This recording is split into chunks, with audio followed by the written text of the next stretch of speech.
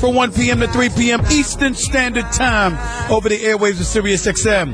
Mad Dog Sports Radio. The number to call up, as always, is 888 Mad Dog 6. That's 888-623-3646. Got a whole bunch of stuff to get into today. Definitely we'll be talking about the NBA because of LeBron James and the parade in Cleveland and Kevin Durant and Carmelo Anthony and Dirk Nowitzki. The list goes on and on. Plus we'll be talking about Boston trying to move that number 3 overall pick in tomorrow night's NBA draft. We'll be talking about that. Be talking about the future of the Cavs, the future of the Golden State Warriors, the future of the Oklahoma City Thunder, therefore the future of the Los Angeles Lakers, not to mention potentially the Dallas Mavericks, that of the New York Knicks and Phil Jackson and on and on and on. Plus, we'll get into some NFL talk because a former Dallas Cowboy has made news, predictably for the wrong reasons. We'll be talking about that as well. Plus, we'll be getting into a little bit of boxing because welterweight champion Keith Thurman, along with challenger Sean Porter, fighting in a welterweight title fight this Saturday night at the Barclays Center in Brooklyn, New York. They'll both be guests in studio right here with yours truly on the Stephen A. Smith Show, Sirius XM, Mad Dog Sports Radio, Channel 82. First order of business. There's a parade going on in Cleveland. It's been delayed for a little over an hour, simply because cars are struggling to get through. The people, more than 1 million people, it is said, has descended upon downtown Cleveland, Ohio for their parade. First championship in 52 years. So because of that, you have a situation right now where it's a little bit delayed, but it's no big deal. No big deal whatsoever. In the end, LeBron James and the rest of the crew all chilling. All of them are chilling in downtown Cleveland because they are now champions. It is just that simple. And before the parade took place or during the parade, whenever it was, LeBron James told ESPN's Dave McMenamin that indeed he doesn't plan on going anywhere, that he plans on staying in Cleveland, Ohio. So evidently he's trying to put a rest to all the suspense. He wants to be there. Come ring ceremony night, opening night, which I have no doubt will probably be against the Miami Heat, knowing the NBA, if they're consistent to who they are. I have no doubt about that. Nevertheless, that's what they want to do. LeBron's going to stay in Cleveland. That's what he's saying. And it is what it is. 888 Mad Dog 6 is the number to call up. That's 888-623-3646. So LeBron stays in Cleveland. And if he's staying in Cleveland like he says, that means he's not going to L.A. And if he's not going to L.A., what's the chances of L.A. getting Kevin Durant? All of that becomes very, very interesting because LeBron electing to stay in Cleveland brings a question mark to what Durant is going to do. Then you got ESPN's Chris Broussard saying that there's a very good chance that Golden State is going to grab Kevin Durant. And because if they get Kevin Durant, what does that mean? Vegas already has Golden State as the favorites to win it all next year. So that's Vegas essentially saying, had it not been for the injury to Andrew Bogut, had it not been for the Game 5 suspension of Draymond Green, then you know what? Cleveland probably wouldn't be the champions right now. That's basically what Vegas is saying. To me, none of it matters. The fact is, I will repeat again, LeBron James is a 3-time league MVP. 4-time league MVP, I'm sorry. He's a 4-time league MVP. He's a 3-time champion, now a 3-time NBA Finals MVP. He's been to 6 straight finals. His legacy, as far as I'm concerned, is cemented. He's the greatest small forward in the history of basketball. Period. You can slice it any way you want.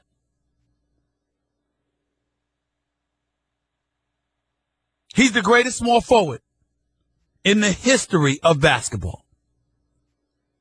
But here's the legitimate question for me.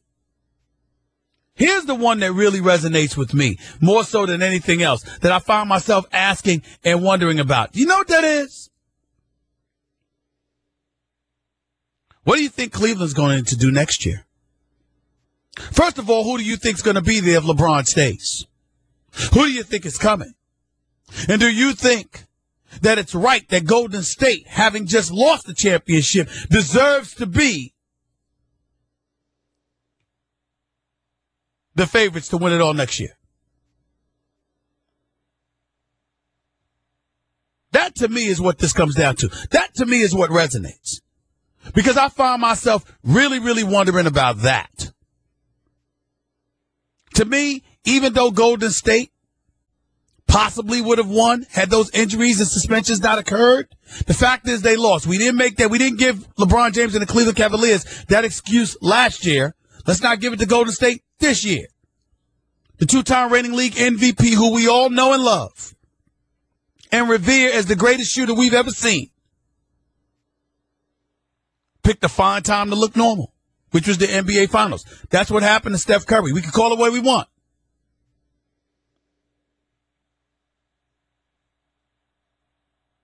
You can slice it any way you want to. I'm telling you right now, the situation is very, very simple, very, very clear. When I think about everything, that is the Golden State Warriors. When I think about everything, that is the Cleveland Cavaliers. I say to myself, hey, I got to tell y'all, it'll be very interesting. Because if Kevin Durant goes to Golden State, we all know a rematch, a trilogy is in play. We all know that. I mean, I'm not looking forward to the travel, but outside of that, I don't have a problem with it. But I look at it from the perspective and from the standpoint that, you know what? Slice it any way we want to. It's coming down to that. Because Kevin Durant on the Golden State Warriors with Klay Thompson and Steph Curry there's nothing to talk about. And Draymond Green, because you know they ain't letting him go. There's really nothing to talk about. I can't imagine anything at all, that'll get in the way of a trilogy between the two teams. I can't imagine it. I'm sorry, I can't see it happening. What about you? 888 Mad Dog 6 is always the number to call up. That's 888-623-3646. LeBron says he's staying in Cleveland. What does that mean for Kyrie? I think Kyrie stays. I think if you're Dan Gilbert, after seeing Kyrie perform the way that he performed, knowing that facilitated LeBron's greatness being put on display even more so, I'm here to tell you something right now. There's no way in hell they're letting Kyrie walk away. Unless that's what Kyrie insists upon. I can't see that happening. I just can't see it. And as a result, here we are. Kyrie will stay there. You know who I think goes? I think Kevin Love goes. That's what I think.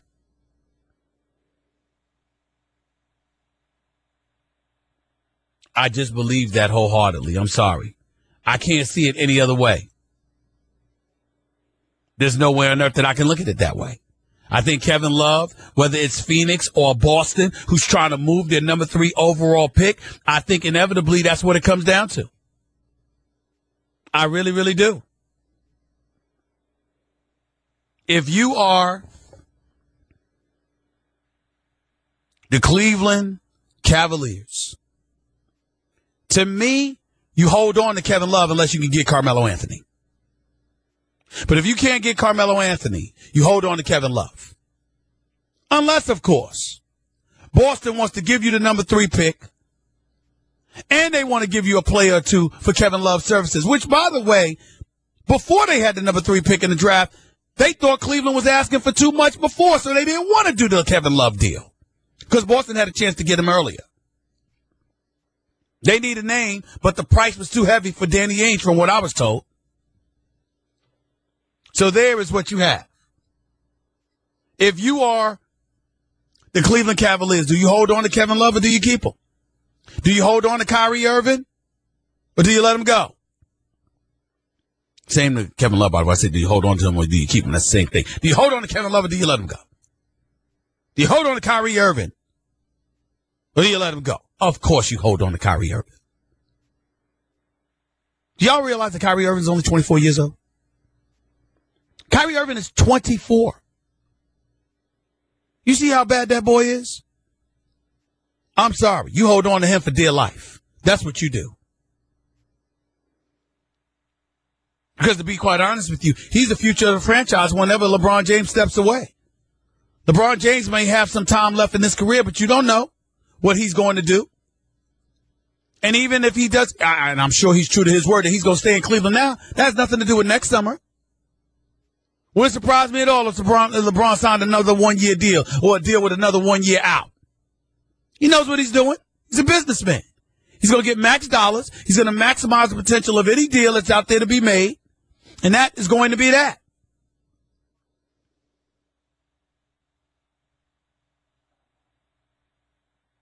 That's just the way I look at it. I'm sorry. Not letting go of Kyrie Irving. That I can tell you. He ain't going anywhere. Kevin Love, that might be a different matter.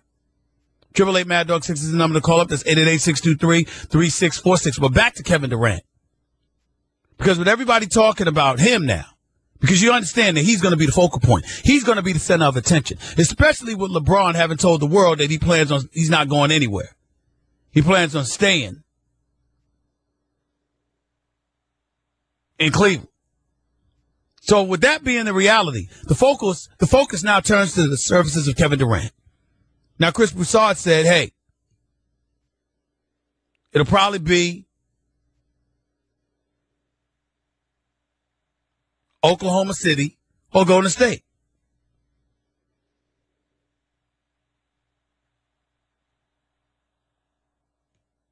So that's what we're talking about here.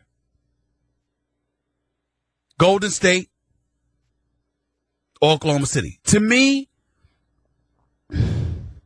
how can I put this? Because to me, Kevin Durant is one of the top 3 players in the world. Kevin Durant is a superstar. Kevin Durant, he's just big time. Some people out there are going to sit there and say it's hard to imagine that Kevin Durant would go to Golden State because he's for Nike. And with Nike being in support of him going to a team where the star is an Under Armour guy, Steph Curry. Because you can't elevate your profile and go to State without elevating his. And regardless of how great Kevin Durant is, he ain't Steph Curry in the eyes of Golden State fans. He's just as prolific. No doubt about that. But Steph Curry just beat Kevin Durant in the Western Conference Finals, overcoming a 3-1 deficit to do it. And he's a champion. And he's the reigning 2-time league MVP. And even though he didn't perform as well as he could have in the finals, he's still a superstar. That's still his team, his house. And if Kevin Durant comes there, it ain't like you're going to usurp the cachet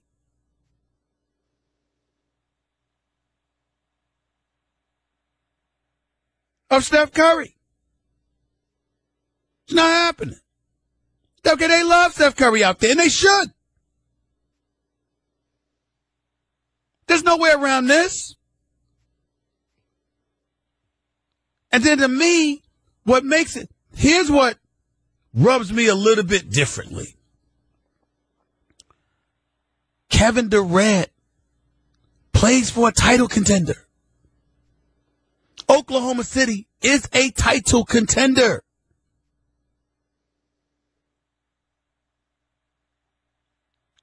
They are a title contender. Why are you leaving? There's nothing wrong with Oklahoma City Thunder as an organization. The parts have been around him. If Kevin Durant did what he was supposed to do, they would have been in the finals against LeBron. That's just the way I view it. And I view him as having unfinished business in Oklahoma City. The only reason you would leave if you're Kevin Durant, as far as I'm concerned, because, again, he don't care about all that sizzle, that marketing and all of that stuff. Like he said, he's got a $300 million contract with Nike. They were forced to give it to them after Under Armour made a play for him that Nike had to match. Well, they did it. Now, obviously, there's more out there for him to capture. There's more opportunity out there to be made for him in the event that he, decides to leave. But here's the bottom line. If he had won in Oklahoma City, this wouldn't be an issue. So to me, when I listen to Kevin Durant speak and I hear him talk and I hear what's on his mind, here's what I suspect. He believes there's no way in hell Russell Westbrook is staying after next season. It's the only thing that makes sense.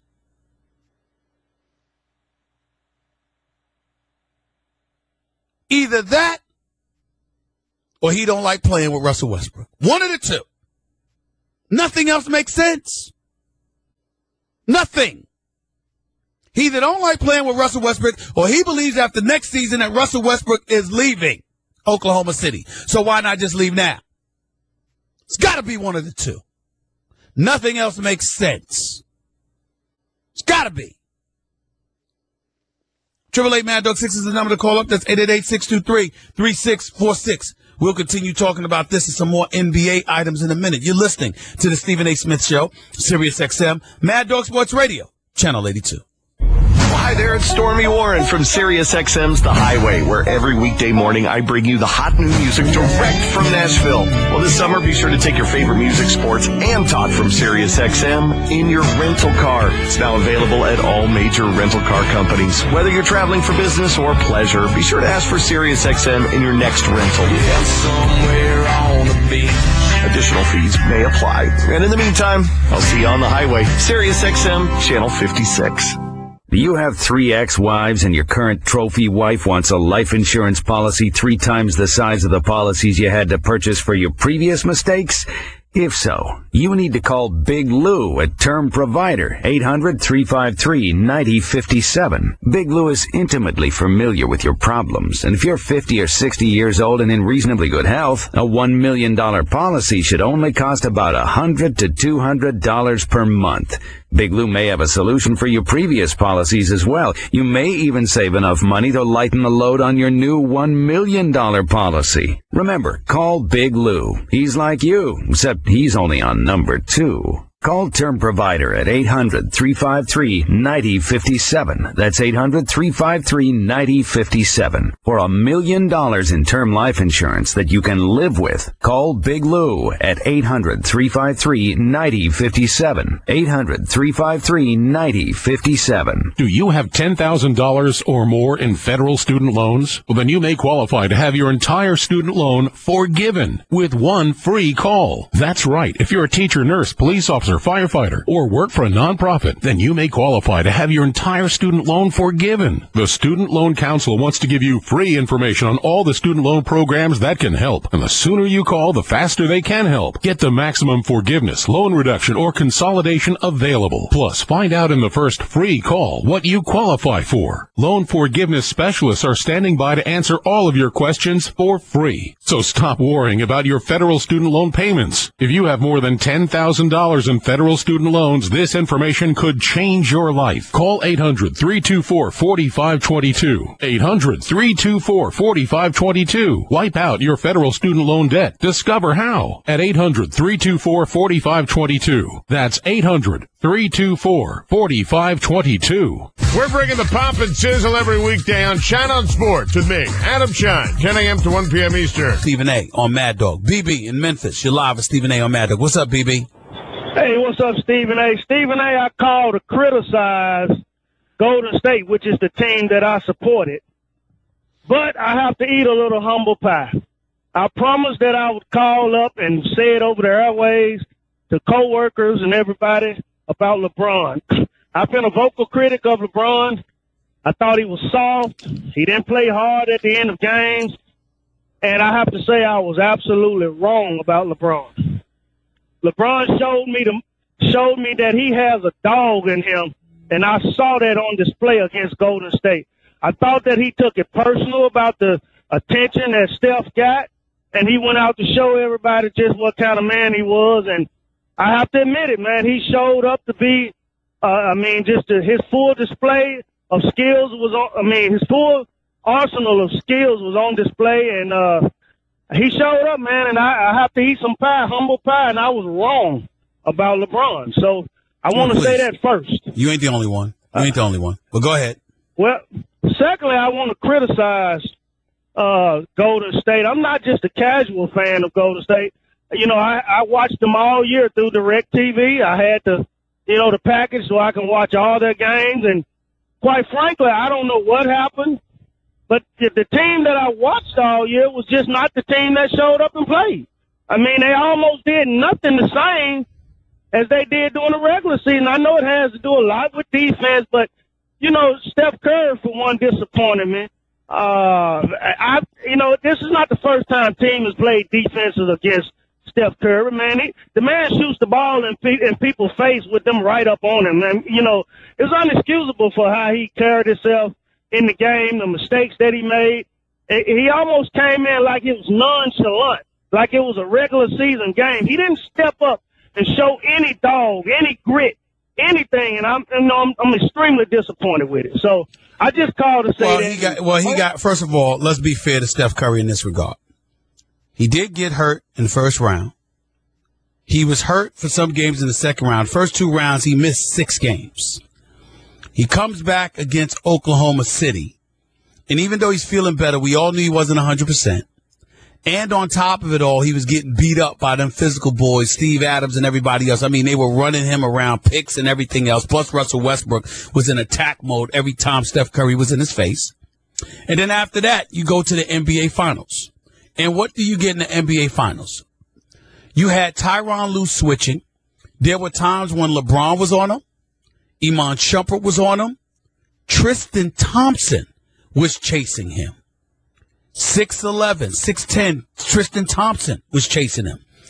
Then he had to defend the Kyries of the world, the JRs of the world, and others. Even JR put it on the floor. You had a situation where guys were in constant attack mode, and they put a body on him, and they beat him up. That's why I don't hold it against Steph Curry that he was missing some shots he normally makes, because guess what? He was still averaging 25 on 42% shooting. We've seen that before from stars in the NBA Finals. What I hold against Steph Curry more than anything else is that he is a point guard, and how loose he was with the ball, with pivotal turnovers, how he failed to get the ball to Klay Thompson in Game 5 in the fourth quarter when he had the hot hand, to get the ball to Draymond Green in the fourth quarter of Game 7 when he had the hot hand. To me, it's inexcusable for a point guard to allow to happen. That's why you're the point guard. That's what I hold against Steph Curry. The missed shots, I understand. But the running the show as a point guard is where I was disappointed in him. Well, I agree with you there. I just would hope that if Steph wants to be elevated to that level of superstardom and be mentioned with the greats, then when his shots are not falling and things are not working correctly, then he finds another way to make a big difference in the game. Well, that's what I'm talking about. I'm disappointed. Let me tell you something right now. Think about this, BB. You wouldn't have even noticed if Klay Thompson, 18 points in the second quarter of Game 5, 26 at halftime, 35 by the end of the third quarter. If Steph Curry and Steve Kerr, who, by the way, had a bad, he had a subpar series, but a really bad Game 7 as a coach, but he still did an overall really, really good job, throughout the season. You can't take that away from him. But if Steph Curry and Steve Kerr had combined to make sure that Klay Thompson got the ball in Game 5 and Draymond Green got the ball more in Game 7, because Draymond finished with 32, 15, and 9. If they had gotten the ball more in the fourth quarter, do you understand that you wouldn't have paid that much attention to Steph Curry? Do you realize that? Yep, that's right. That's what he's at. That's what he got. He tried to come to the rescue because he's the reigning 2-time league MVP. That's right. But you're the point guard. You're a point guard first. And that's the only reason I brought up the comparison of Chris Paul the other night after the Game 7 loss, because I said Chris Paul can score, but his primary responsibility is that of a point guard and a floor leader. Them brothers would have got the ball in the fourth quarter the way they were stroking it in the first 3. There's no way that Chris Paul would have been on the floor and they wouldn't have gotten the ball. It wouldn't have happened. That's right. Well, Stephen A., thanks, man, for allowing me to go ahead and eat some of that pie. Don't worry about it, man. Thank you so much. Let's go to L.A. and New York. You're live with Stephen A. on Mad Dog. What's up, L.A.? What's up, brother? Hey, a couple things. I do got a question. If Melo waives his no trade clause, he don't dictate where he goes, right? He doesn't dictate where he goes, but he can dictate it by not waiving his trade clause unless he knows where he's going. So basically what you're saying is he can, before he waives it, he can say, okay, I'll waive it, but I need this. No. This is my first preference, right? No, let's say something like that, but let's put it better this way. The Cavs call the Knicks, and they want to do this deal. And the Knicks say, yeah, we want to do this deal. Then they would have to go to Melo and say, will you waive your no trade clause? See my point? You know, it's like, it's not like he would just waive it, you know, and allow the Knicks to indiscriminately use it the way they want it. He gets to dictate where he's willing to go by waiving the no trade. So that means, and just a chess move on it, and if I'm Kevin Durant, I'm probably going to sit and wait as long as I can to see how that goes, because to me, if he does that, you have to wind up going to Golden State or San Antonio to be able to compete. Well, listen. You have to, if that's what the Cavs are going to do, but you have to understand that Melo is working hard. I can tell you right now, Melo has been recruiting Durant for the last year. He's been going after him hard. Melo's trying to get Durant to come to New York. But Miami's trying to get Durant to come to South Beach. See, to me, Miami's a better destination for Durant than New York. And you know how much it breaks my heart to hear that, to say that. But it's the truth. My argument with that always has been, you remember way back when I spoke about this, then you're asking Kevin Durant to take on more of the leadership role. And I don't think he's that kind of a player. Now, get me wrong now, he's a stud and everything, but I think he needs to be with another dominant player. Well, let me stop. Stop right there. Who's the dominant player in San Antonio? Well, that's a team. Wait a minute. Stop. So is Miami because of Pat Riley. That's the point that I'm making. Say what?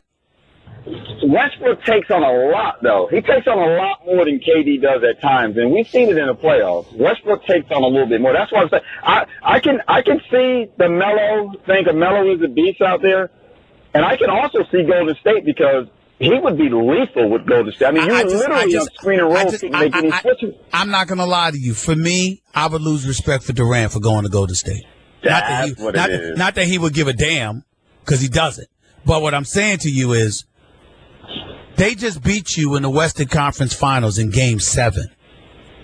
You were just in Game 7 of the Western Conference Finals. So making the move to go home to D.C. would be understandable. That's what Scott Brooks sold, and that's why he got $7 million a year to head coach the Washington Wizards, if you can believe it.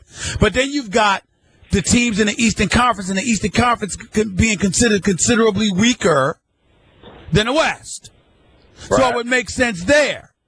But it to me, or if you're talking about San Antonio with Tim Duncan and Manu Ginobili on their way out, with Tony Parker having aged, with the team evolving around Kawhi Leonard and LaMarcus Aldridge, it would make more sense for San Antonio than it would for Golden State. But my problem with the Golden State move is, to me, you jumping on a gravy train that you should be trying to knock off. Because you have the capability to do it. If you were playing for the Minnesota Timberwolves or somebody, that would make sense. Or the Sacramento Kings. But you're playing for the Oklahoma City Thunder, who are title contenders. You going to leave a title contender to go to the Western Conference Champions? When you came within 48 minutes of beating them? What's your gut on it, bro? I don't know, man. I don't know.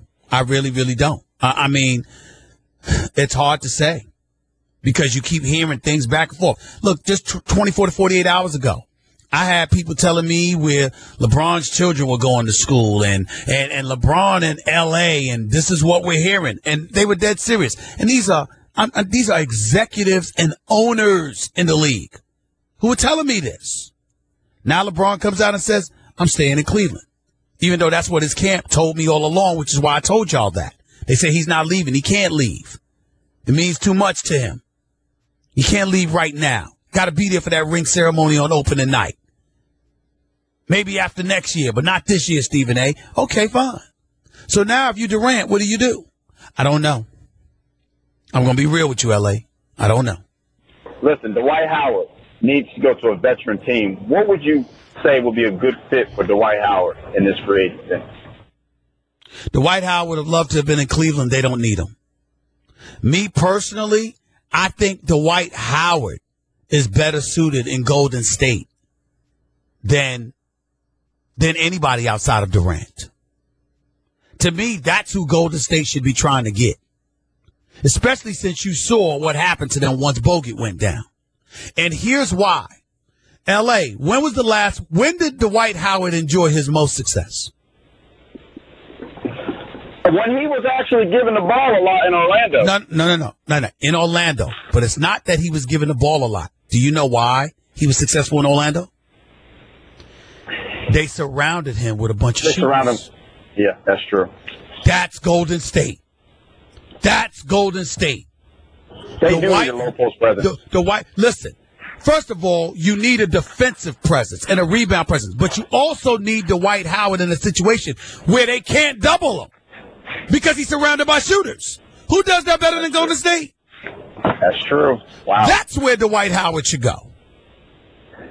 Dwight Howard should either go there or he should go back to Orlando and say to the city, I'm sorry, I should have never left. To me, those are the only good moves for him. Anywhere else, he's just a mercenary. And is Gasol a free agent or he's just on a trading block? Who? Pau Gasol, Chicago. No, he's on a trading block. Okay. But I got to look up his numbers. He might have an opt-out. Let me double-check that, and I'll let you know in a minute. All right? But thanks a lot, L.A. Appreciate you, bro. 888-MAD-DOG 6 is the number to call up. That's 888-623-3646. More of your phone calls on the NBA in a minute with Stephen A. on Mad Dog. Mad Dog Sports Radio. Sports Bite. From LeBron James, I love it here in Cleveland. I have no intention of leaving.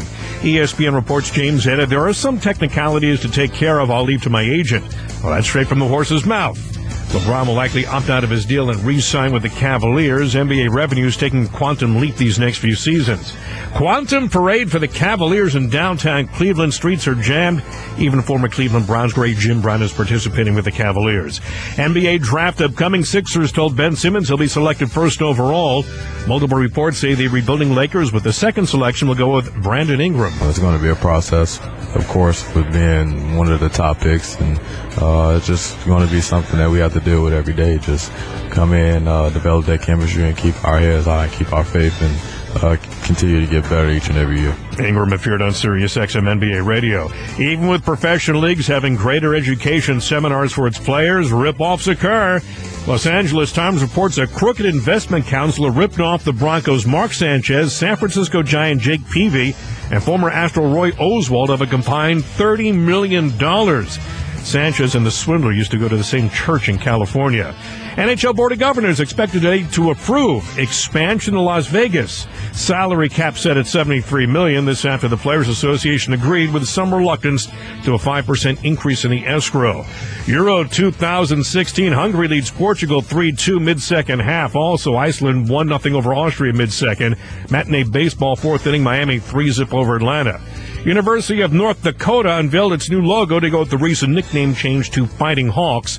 The move, dictated by the NCAA, is extremely unpopular with North Dakota fans who still chant the old nickname Fighting Sioux during games. At your Mad Dog Sports Bite, this is Bob Gallerston.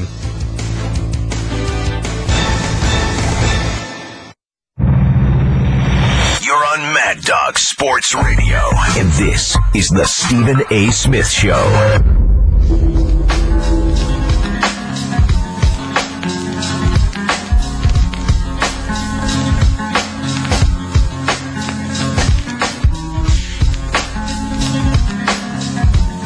38 minutes past hour number 1. Back here in the Stephen A. Smith Show, Sirius XM Mad Dog Sports Radio. Reminding you, we're transitioning to boxing midway through hour number 2, or actually around 2:15 Eastern Standard Time, with Keith Thurman, WBA welterweight champion of the world, along with Sean Porter, challenges Saturday night at the Barclays Center in Brooklyn, New York. Live on CBS TV as well. They'll be in studio talking to yours truly right here on the Stephen A. Smith Show, Sirius XM Mad Dog Sports Radio, Channel 82. Back to the phones we go at 888 Mad Dog 6. That's 888-623-3646. Let's go to Melvin in Washington. You're live with Stephen A. and Mad Dog. What's up, Melvin? How are you? Hey, what's up, Stephen A? How you doing? I'm all right, man. How are you? Yo, man, your signal's breaking up, man. Go ahead and talk. Go ahead, buddy. Can you hear me? No, your signal's breaking up. Call back when you have a clearer signal. Steve in New Jersey, you're live with Stephen A. on Mad Dog. What's up, Steve? How you doing, Stephen A? Big fan since the Philadelphia Inquirer, my man. Thank you so much. I appreciate it, man. You got it. Listen, first of all, I don't know if you addressed it, but with First Take with Skip going, what's going on with that now? Have you addressed that? Nothing I'm going to talk about. I'm not. You'll find out who his replacement is going to be when it's time. But I'll be there. I got you. Now on my Sixers. So Thursday night, 2 questions really. 1, do you agree with Simmons over Ingram or one of these other boys? And 2, do you think they can possibly make a trade with the Celtics or someone else to get a Dunn or a Murray or someone else as well with Simmons? Well, first of all, the Boston Celtics, the Sixers wouldn't bite on grabbing the number 3 overall pick for the Noel or Jahlil Okafors, at least at this particular juncture. That's number 1. Number 2, I am a Simmons number 1 overall pick guy. I think that he's a star in the making. I believe in him. And I think that's the way for them to go. Here's the problem. I worry about Ben Simmons in Philadelphia.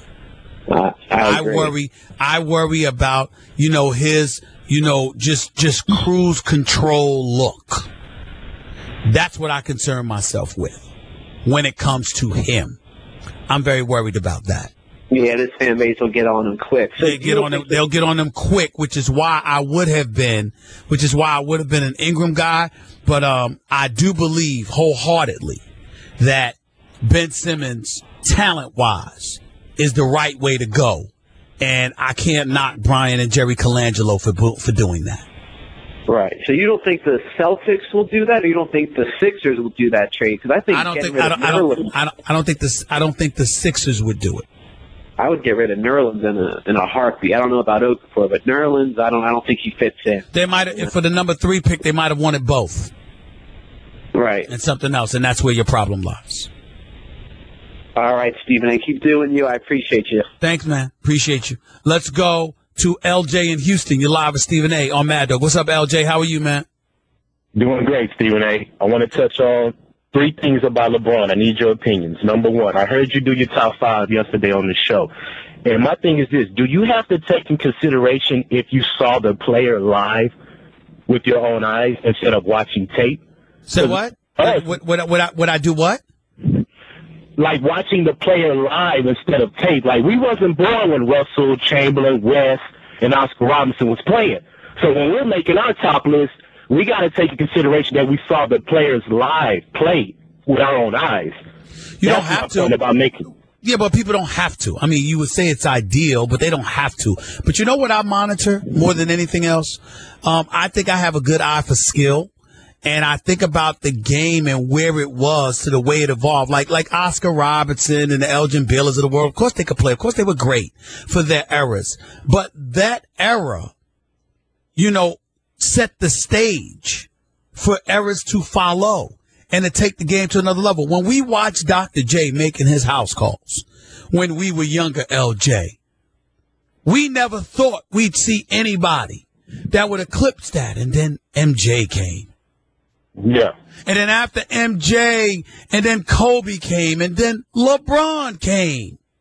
And so when you look at it from that perspective, and then you look at it, like, for example, we saw shooters before. I remember watching Downtown Freddie Brown for the Seattle Supersonics in 1979. Mm-hmm. And along the way, we saw the Ricky Pierces of the world and the Dale Ellises of the world. And then Larry Bird came along with his great shooting, and we saw that and all of this other stuff. we never thought we'd see a Steph Curry. Not a dude that could shoot like that off the dribble.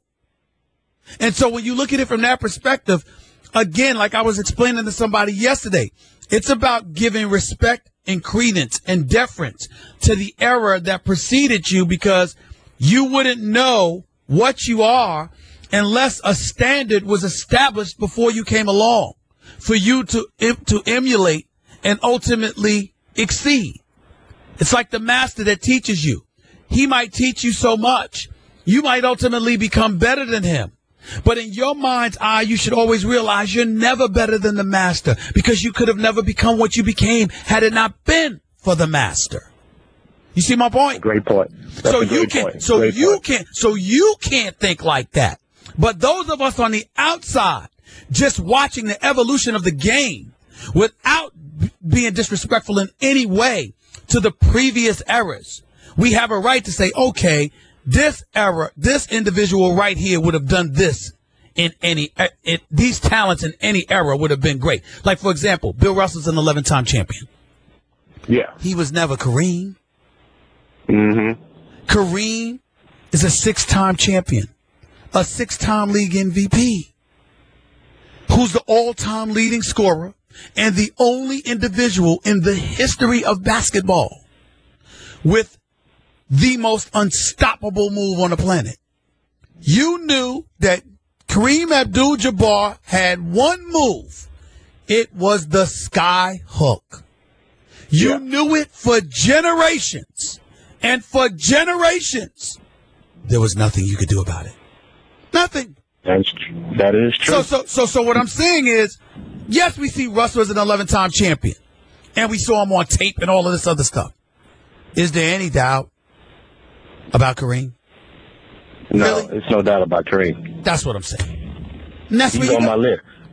But let me, the two things about LeBron. Number one, why hasn't he never won Defensive Player of the Year? I want your opinion on that.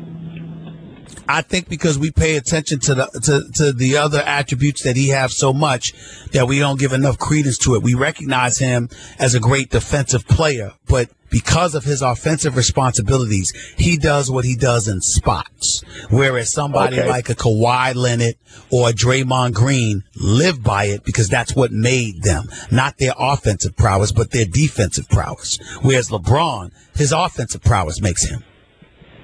Okay. Now, my last point. LeBron has been to 6 finals in this decade since 2010. Could you see him going to 4 more straight at the whole decade, going to every finals in this decade? If he's playing in the East. Okay. I agree. Not if he went to West. Not if he went to the West. No, but if he stayed in the East, yeah, I could see it. Okay. All right. But you know, let me tell you the top 2 reasons I could see that happening for LeBron. What's that? Because Kyrie's not going anywhere. He's only 24. Mm-hmm. And number people 2, come play with LeBron, right? And number 2, guys would come and play with LeBron. Yeah. They would love to play with LeBron. That's what makes that one of LeBron's greatest attributes is his recruiting ability. If LeBron wants you to come play for him, you'll come play. That's the biggest reason. If there's a big slip up, and it's very little to say about the greatness of Pat Riley. But Pat Riley, it's not in him to schmooze, but he should have. Because if Pat Riley had schmoozed with LeBron, everyone would have clamored to South Beach. Now he's struggling to get somebody to come to South Beach. Because Pat Riley's got all the other requisite parts in place. Hassan Whiteside, Justice Winslow, this kid Josh Richardson, with D-Wade, if Bosh comes back healthy, Miami would have been in the Eastern Conference Finals against LeBron, not Toronto, if Bosh had not gone down. I promise you that. So what I'm saying to you is the other parts are in place. What Riles is devoid of is that preeminent superstar. Mm-hmm. That's what he's lacking right now. And he wouldn't have a problem with that if he got LeBron, because he'd have him. But more importantly, people would clamor to South Beach to play with LeBron.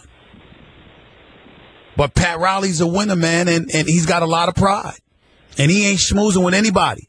D-Wade and Alonzo are like are family to him. Everybody else, a little bit different. I'm not saying they ain't important. They don't matter. But they're a little bit different than Alonzo and D-Wade. And by the way, don't rule out the possibility of D-Wade leaving. Alonzo left before going to the Nets before he came back after the kidney ailment. Remember that? Don't think for 1 second that D-Wade won't leave. If Miami don't come up with some money for him, don't put it past D-Wade. Don't you dare. And with JR opting out, with JR exercising his player option, if somebody comes and offers him some money and he decides to leave Cleveland, don't put it past D-Wade to come to Cleveland. I completely agree with you, Stephen A. Appreciate your time, man. You have a great vacation, man. You do the same, man. 888 Mad Dog 6 is always the number to call up. This 888-623-3646. We'll close out the hour with your phone calls in a minute. It's Stephen A. on Mad Dog. With the first pick in the NBA draft, the Philadelphia 76ers select. The NBA season might be over, but the off-season about to get in full swing. Hey, it's Dan Grassa. Join me on Thursday night along with my buddy Chris Patola for a special NBA draft show. We'll give you all the picks, any trades, expert analysis, and plenty of your phone calls. Mad Dog Sports Radio, your home for the 2016 NBA draft, Thursday night, 7 to 11 p.m. Eastern, only on Mad Dog Sports Radio, Channel 82. You don't have to be a retail giant or government agency to be the victim of a costly data breach. If you run a website and collect customer data, your small to mid-sized business is just as likely to be targeted by hackers. The Barracuda Web Application Firewall provides cost-effective instant security against automated and targeted attacks, making this WAF a must-have for your SMB. Reclaim your network. Try a Barracuda web app firewall risk-free at barracuda.com/WAF. Cammy's the world's first completely camera-based home security system. When your alarm goes off, you know it's because something is actually wrong. With Cammy, you get peace of mind that your home, loved ones, and possessions are safe through Cammy's Wi-Fi camera and mobile app security solution. Go to Cammy.com. Cammy offers both indoor and outdoor cameras. Setup is simple. Plans start at $29 per month, which includes 2 free cameras, 24/7 monitoring, and a 30-day money-back guarantee with free shipping. For more information, go to Cammy.com. That's CAMMY.com. QL1, does Rocket Mortgage require me to fill out a bunch of paperwork? Negative control. Rocket Mortgage by Quicken Loans is the first on-demand mortgage machine that quickly imports your financial data. You can go through the entire mortgage approval process in minutes. That is fast, like rocket fast. It also works on any internet-ready device, so you can get a Rocket Mortgage at any time or place you choose. Over. 3, 2, 1. Rocket Mortgage at QuickenLoans.com. Push button, get mortgage. Rocket. Equal housing lender, licensed in all 50 states, NMLS Consumer Access.org, number 33. As an entrepreneur, you're always on the go. So turn your mobile phone into a business phone system with Grasshopper, the entrepreneur's phone system. Make and receive business calls using our iPhone and Android apps. You're on Mad Dog Sports Radio, and this is the Stephen A. Smith Show.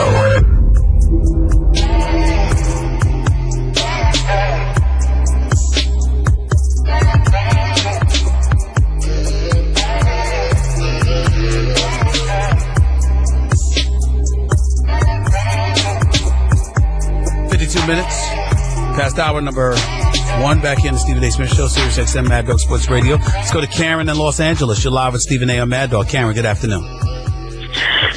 Good afternoon. I just want to say I think it's fair to say you lost all credibility with Laker fans. First Durant and now LeBron. That's terrible. Okay. You're entitled to your opinion. Anything else you'd like to say? Get better sources. Oh, I have 23 years. What do you have? You're a listener to my phone, to my show. Seriously. Anything else you'd like to say? You suck. Thank you very much. You must be a relative of one of the players. Sam in Atlanta, you're live with Stephen A. How are you, Sam? Hey, Stephen A. This is actually Kim in Atlanta. Hey, Kim. Oh, yeah, I'm sorry. Hey. How you doing, Kim? How's everything? I'm good. I'm so happy you took my call, and first of all, I enjoy you so much. So keep doing your work. Thank you. Keep doing it. So my question is, how is Golden State, with them chasing after Durant, how is Curry and Klay Thompson supposed to feel about Golden State and them chasing after Durant? Are they now, they're restacking the deck, so Durant is going to be like number 1. So is Curry supposed to be number 2 now? Or how are they supposed to coexist? Well, first of all, if you got Steph Curry and Klay Thompson, please understand something. They're not going anywhere. That's number one. Number two, they usually are very, very good with moving the basketball, distributing the basketball, sharing it. It's one of the reasons why Kevin Durant finds them very, very attractive. And so you have to take that into consideration. So I don't think it's something that they should feel salty about. If you were talking about moving one of them or trading them, that would be different. But Kevin Durant wanting to join them is actually a compliment to them, as opposed to it being something for them to be salty about. So they'll be able to kind of coexist, and it won't be whose team it is. It'll be a co-share thing.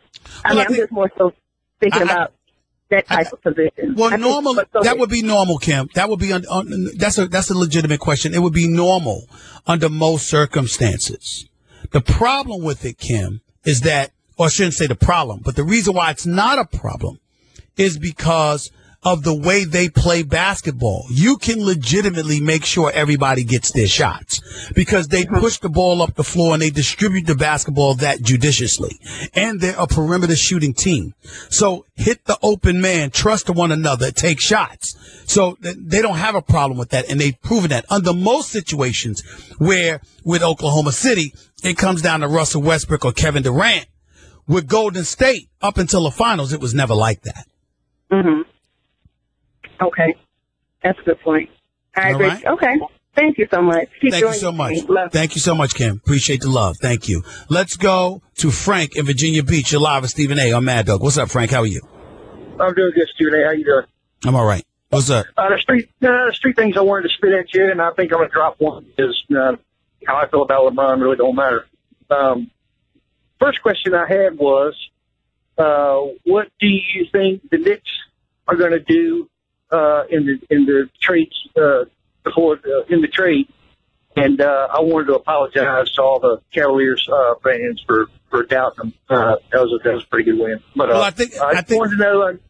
Go ahead. I'm sorry. I got to get ready to go, Frank, because we got a hard break. I appreciate the call. I think the Knicks, they're in a situation where a lot depends on whether or not Carmelo Anthony is willing to waive his no-trade clause. If he's willing to waive his no-trade clause, then the Knicks could go out there and get a viable offer for Carmelo Anthony, and who knows what you can do, whether it's a straight-up deal or a three-team deal.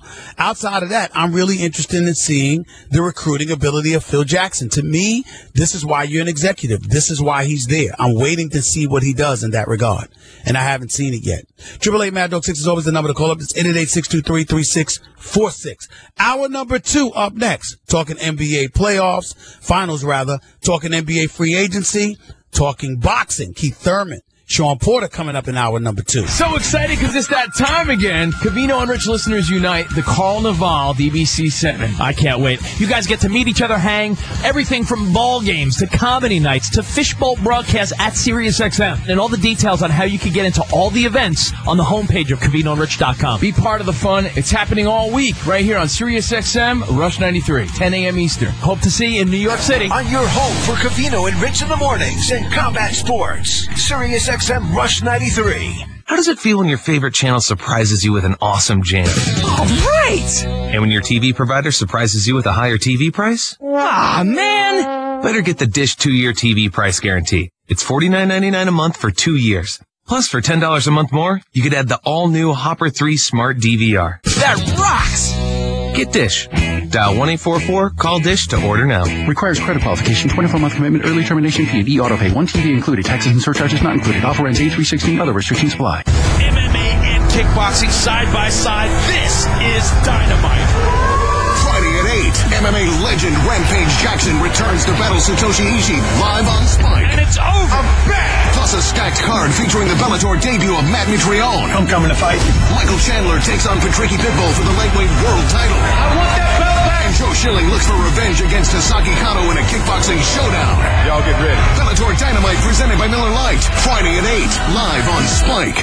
If you're suffering from tired feet or aching legs at the end of the day, then relief is on the way with Tommy Copper socks. And right now, you can get 20% off your first pair. Tommy Copper compression socks are strategically designed to help alleviate pain and aid muscle recovery with graduated compression from your ankle up through your calf and help support your arch, heel, and Achilles. So whether you're at work, play, or traveling, you'll enjoy all-day comfort and relief from aches and pains you never thought possible. Tommy Copper's unique design keeps the band from rolling or pinching, and every pair is knitted with top quality yarns, incorporating our breakthrough anti-odor copper Zenergy technology. Right now, we're introducing our most comfortable socks ever, available for men and women in athletic, dress, or wool styles. Once you glide into a pair, we guarantee your feet will never feel the same. Go to TommyCopperRadio.com and enter promo code DOG for 20% off your first pair and get free shipping. That's TommyCopperRadio.com, promo code DOG.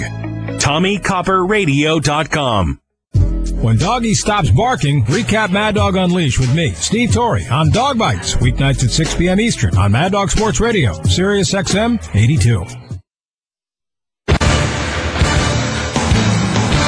This is the SiriusXM Sports Update. Philadelphia Freedom reports say the 76ers will select LSU's Ben Simmons with the top pick of tomorrow night's NBA draft. In an interview to air on SiriusXM NBA Radio, Simmons on going to the city of brotherly love. It's a young team, one of the youngest in NBA history, so I know they have a great coach in Brett Brown. Coached my dad back in the day. So really? Okay. Yeah, back in Australia. But no, I'm looking forward to it. You know, if I do land there, it's a blessing, grateful. But yeah, we'll see. A parade in downtown Cleveland to honor the NBA champion Cavaliers. LeBron says he's staying around this time. Head coach Tyronn Lue will join NBA Radio tonight, 7 Eastern on Sirius 207 XM 86. The NHL Board of Governors will meet today in Las Vegas. Part of the agenda will be a vote on awarding Sin City an expansion franchise to start playing the 2017-18 season. Penguins GM Jim Rutherford says they are not shopping forward Evgeny Malkin. Matinee Baseball National League in the 6th, the Marlins over the Braves, 3-0 underway shortly. The Cardinals and the Cubs. Interleague play in the 3rd, Yankees over the Rockies, 4-0. The Royals and the Mets scoreless. They are in the 3rd. American League play getting underway in a bit. It's the Angels and the Astros. From soccer at Euro 2016, Hungary and Portugal play to a 3-3 tie. Iceland knocks off Austria by a 2-1 score. Coverage is on Sirius XM FC 85. From golf, Rory McIlroy announced this morning he won't be participating in the Olympics due to fears over the Zika virus. Tiger Woods spoke today at a press conference for his upcoming tournament at the Quicken Loans National in D.C. He won't be playing due to his injured back. From the Sirius XM newsroom, I'm Zig Fracassi. If it's happening in sports, it's happening on Sirius XM.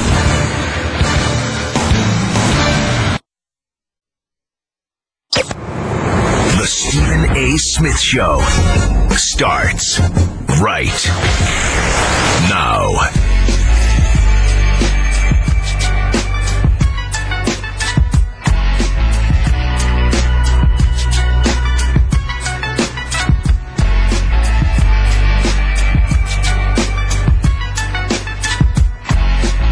Hour number 2 of the Stephen A. Smith Show, here with you until the top of the 3 o'clock hour when I pass it off to the namesake for the channel, Christopher Mad Dog Russo, right here with Stephen A. Smith, right here on the Sirius XM channel, Mad Dog Sports Radio, channel 82. A couple of things before I get to the calls. Number one, that lady that called,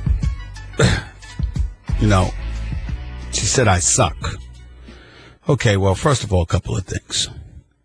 Number one, I'm not going to go back at her because Lord knows I don't want to be accused of speaking ill towards someone of the female persuasion. I mean, my God, for me to respond to that, Lord, it might cause an uproar. I'd have the National Organization for Women for chasing me down for crying out loud. So we know I'm not going to do that. But a couple of things. Number one, I never said that LeBron was going to L.A. I said I'm hearing that L.A.'s a possibility. That Miami also believes they could have him. And that his people are saying he's staying in Cleveland. Those were my exact words. I did not report that LeBron's going to the Lakers. Number two, when I talked about Kevin Durant in the summertime, I said he was talking about going to L.A. Not only has he bought a house in L.A., but people will be interviewing him to come to their teams in Los Angeles. And by the way, one of them will be the Lakers. So I wasn't inaccurate about anything there. Number 3, Dirk Nowitzki may end up being in the mix as well. Now, he's religiously said he wants to retire a Dallas Maverick. My point is, at some point in time, Dirk Nowitzki is going to have to decide, do you want to stay in Dallas or do you want to chase a championship? You already brought them one ring. As great of a coach as I think Rick Carlisle is, and Mark Cuban is as an owner, after getting snubbed by DeAndre Jordan, that was their best shot at the crown. As a matter of fact, it facilitated Richard Jefferson ended up in Cleveland because Richard Jefferson was going to go to Dallas if DeAndre Jordan had gone there. But once DeAndre Jordan backed out, Richard Jefferson said his better shot was to go to Cleveland, and that's what he did, and it turned out to be the right decision. Now Dirk's got to decide what he's going to do. Because if you're Golden State and for some reason you're not lucky enough to get Kevin Durant, do you go after Dirk Nowitzki? Do you go after Dwight Howard? And by the way, which one should they go after if they can't get Kevin Durant? I kind of think it should be Dwight Howard. Especially with Bogut being suspect. And the last time we saw Dwight Howard have an extreme level of success was when he went to the finals, courtesy of being surrounded by Miguel Petrus and Hito Turkoglu and all of these other guys. But that's just me. 888-MAD-DOG 6 is the number to call up. That's 888-623-3646. Let's go to Kenny in Mississippi. You're live with Stephen A. on Mad Dog. Kenny, good afternoon, man. How are you? Hey, how you doing today? I'm good, man. Talk to me. Don't let them women get at you like that. Now, you look, man. I was raised by 5 women. Women been getting at me all my life. That's why I think it's laughable when they think it phases me. You know, I'm like, right? what am I supposed to do? You know, I'm smart enough to know when to back up. Please, a woman can call up and say anything she wants. Because we all know, listen, we all know in this day and age, you can't say anything back. Can't say anything back. You just cancel that. She was trying to get mad at you, but she couldn't. No, hey, please. You're right with me. I'm thinking the same thing. Why couldn't Golden State get, like Dirk and Dwight Howard? If they, you know what I mean? Because I don't see why they would even keep Harrison Barnes and a few other of those guys on the bench. You know what I mean? Like I like Harrison Barnes. I like Harrison Barnes a lot, but he really, really hurt his side. Yeah, he let me down big time, man. I was just like waiting for him to go off in the playoffs. He had like every opportunity to, and he just didn't come through. They got to a point where they stopped guarding Harrison Barnes. They left him open and did him to score. Yeah. I mean, why wouldn't you? That's true. I mean, I guess what I'm saying is you got plenty of guys on the bench or whatever, but I kind of like that idea. I didn't even think about that, Kenny. If you got enough money to go after Kevin Durant, why don't you have enough to go after Dirk and Dwight Howard, especially since neither is going to acquire the max? And yeah, because Dirk already turned down his deal with the Mavericks already. We just opted out, and you know it's going to be real interesting to see what happens with that. You're right. And if they both take reasonable contracts, I think that would be a good deal for both of those guys because Dwight Howard don't have a ring, right? That's right. You're absolutely right. It's a good point. Appreciate the call, Kenny. Thanks a lot, my man. Trent in Atlanta, you're live with Stephen A. on Mad Dog. What's up, Trent? How are you? Hey, Stephen A. How's it going today, man? I'm good, man. Thank you for calling. What's up? All right, well, I got a two-headed beast for you today. First, I know you mentioned KD going to the Warriors, and I think it would be good for this. That's what they're talking about right now. Chris Broussard just reported that on ESPN that it'll come down to the Warriors or the Oklahoma City Thunder in his estimation. That's what he said. And you know, I think that would be good for the NBA as far as ratings go and views all around the country and all around the world. But on the opposite side of that, I know LeBron has mentioned in the past about playing with his friends way before his career is over. And, I mean, now wouldn't be a good time. I think Kyrie deserves his own team, and LeBron leaving the Cavs, I mean, he's already pretty much giving them what they asked for. Let me ask you this question. Why even think about that when they're the reigning defending champions now? I mean, why think about messing up that apple cart in any way? With the exception of Love, who clearly wants to be a top 2 offensive option because he got lost in the shuffle. Outside of Love, why mess with it? Well, honestly, as I mentioned, I think Kyrie is at a level where he don't really need LeBron. Whoa. He didn't have. What was he like before he had LeBron? You're right. But at this point in his career, I think LeBron has groomed him to the point where he can be a superstar. Because no. Let me tell you why you're wrong. Kyrie Irving was a star offensive player before LeBron ever arrived in Cleveland. That's true. The point that I'm trying to make is that he didn't do anything different now than he had been doing before LeBron arrived. Kyrie's a bad boy, but being a bad boy as a 6'2" point guard is not going to win you a championship. Which is why he had to be groomed by a champion. And I don't care who you are. I don't care who you are. You're not winning a championship just because you're a 6'2" scoring machine. Isaiah needed Dumas and the bad boy Pistons. Chris Paul has never been in a conference finals.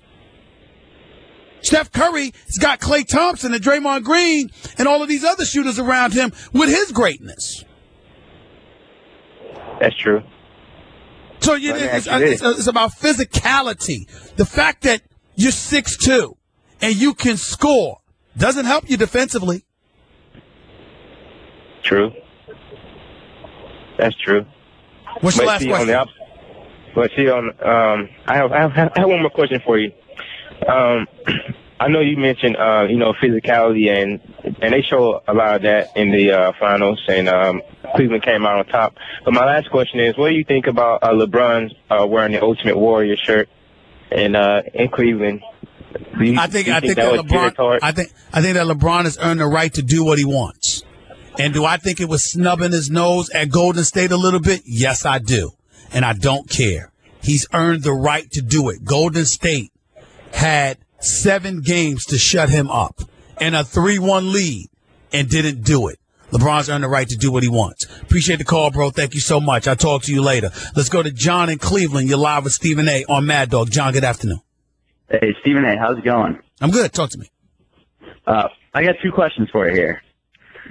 So, we hear about Steph Curry and LeBron all the time, but what about Anthony Davis? How do you see him developing in the next 3 years here? I think that Anthony Davis is going to be one of the great players in the NBA. I think it's entirely possible that within the next 2 to 3 years, he could be the best player in the world. The problem is he's got to get a team. He's got to get a team. I feel it. Yeah, he does need a team. Kind of reminds me of LeBron before he left in 2010.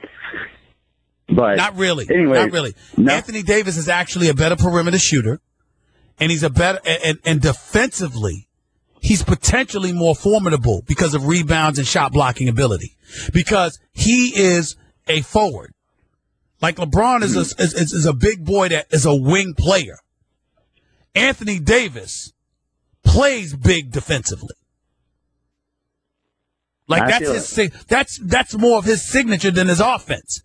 Anthony Davis can impose his will defensively. He just needs a team. Yeah. All right. My second question here is there any shot you think of the Cavs trading Kevin Love for D Wade, bringing him to Cleveland? I don't think it's a shot of them doing that, but I do think it's a shot of them getting D Wade and losing Kevin Love. I can see Kevin Love being gone to Boston or Phoenix, and I can see D Wade willing to come to Cleveland for lesser numbers because Pat Riley and them couldn't come up with the dollars to pay him. But if they're not able to get anybody in free agency, they're going to have the money to give D Wade, and they'll give it to him. No, that's all I want to hear. Thanks again, man. Take it easy. Let's go to Saban in California. You're live with Stephen A. and Mad Dog. What's up, Saban? What's up, Stephen? How are you? I'm such a big fan. I'm kind of nervous. Don't worry about it. Take your time. Thank you so much for calling. I appreciate the fandom. Go ahead. No worries. So my question is to my Lakers. I'm a huge Lakers fan. Who would take or Saban, Saban, start over. You were going in and out. We couldn't hear you clearly. Go ahead. Okay, 1 second. Can you hear me now? Yes, go ahead. What will it take for the Lakers? Who will it take for the Lakers to finally rebuild this team? And how long do you think it'll take in order for it to be where we were at before Bus kind of, tore it down? I think the Lakers have to go out there and get a marquee free agent. Getting a LeBron would have helped. Getting a Kevin Durant would really, really help. The chances of that happening appear to be slimmer now that LeBron is not going to come to the Lakers because he's going to stay in Cleveland, so he says. In light of that reality, how do you get around it? The fact of the matter is that when you look at the Los Angeles Lakers, they're going to probably grab Brandon Ingram with the number 2 overall pick. Now that Kobe's gone, you got the younger players like the Julius Randles, D'Angelo Russell, et cetera, they're going to be in a position to kind of make a difference. I don't think they'll be worse than next year, but I do believe that they won't win but so many games, and they'll be back in the lottery unless they get a marquee free agent. You got to have, whether it's Mitch Kupchak, Jim Buss, or somebody, go out there and recruit and get guys to come to Los Angeles again. That's what you're going to have to do in order to rebuild this franchise. And by the way, that commercial that D'Angelo Russell has out, where people are getting on him, that new commercial with some of the rookies, I don't have a problem with it nearly as much as people do. He's grabbing a cell phone and he gets rid of the cell phone and throws it out. He's basically mocking and making fun of himself for making a mistake that he made with Swaggy P, Nick Young. Some people think that that's awful. I didn't find that to be the case with this commercial. Saban, I appreciate the call. Thank you so much for calling, and I appreciate the love. Up next, going to transition to a little boxing before I get back to your phone calls. Keith Thurman, the welterweight champion of the world. Sean Porter is his opponent. They're fighting this Saturday night, June 25th. It'll be live, nationally televised on CBS. It will take place at the Barclays Center in Brooklyn, New York, home of the Brooklyn Nets. Before they do that, however, they will be here live in studio with your boy Stephen A. on Sirius XM. Mad Dog Sports Radio, Channel 82. The welterweight champion of the world, Keith Thurman, and challenger Sean Porter in a minute. The 2016 NBA Draft on NBA Radio. Live coverage from the Barclays Center in Brooklyn starts Thursday at 4 p.m. Eastern with Justin Termini and Eddie Johnson. Simmons down the lane himself. To the hole, he slams it with one hand. At 7, hear every selection and interviews with the newest NBA ballers. With the first pick. And after the draft, Mark Morgan and Chris Patola will be on the mic for instant analysis. The 2016 NBA Draft on NBA Radio. Sirius 207 XM86. And listen on your phone with the Sirius XM app. Diabetes, high blood pressure, anxiety meds, everyone's on them. If you're a 50-year-old male, maybe a bit porky, and you may even have type 2 diabetes, $1 million of term insurance may only cost you about $200 a month.